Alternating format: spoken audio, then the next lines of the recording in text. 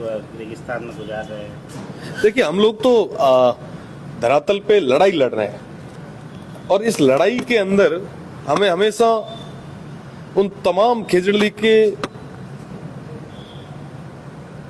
लोगों की याद आती है जिन्होंने इस पर्यावरण के लिए अपनी शहादत दी। उन तमाम लोगों को जब याद करते हैं कि उन्होंने तो सब कुछ दांव पे लगा दिया, पूरा जीवन दे दिया,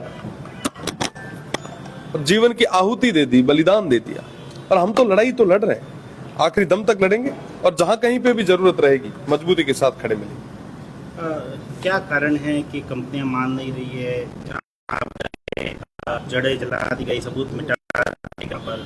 और देखिए, मुझे तो सबसे बड़ी चीज इस चीज का ये लगता है कि एक पेड़ माँ के नाम एक तरफ जब पूरे देश में एक बहुत बड़ी ड्राइव चल रही है और दूसरी तरफ राज्य वृक्ष जो हमारा खेती है उसको इस तरीके से काट लिया जाता है।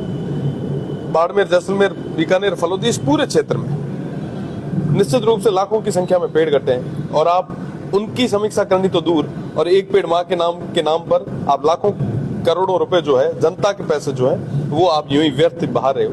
तो मुझे लगता है इस पे विचार करने की जरूरत है। लूनी जोजी नदी के लिए आपने आवाज उठाई है इस बार, बाड़मेर में क्या स्थिति है? और क्या लूनी जोजरी नदी के कारण कई सारे गांव पूरी तरीके से प्रभावित हुए हैं। थोड़े दिन पहले हमने देखा था कि एक शमशान भूमि भी जो है वो जलमग्न हो चुकी थी, जिसके कारण एक अंतिम संस्कार किया जाना था वो भी नहीं हो पाया।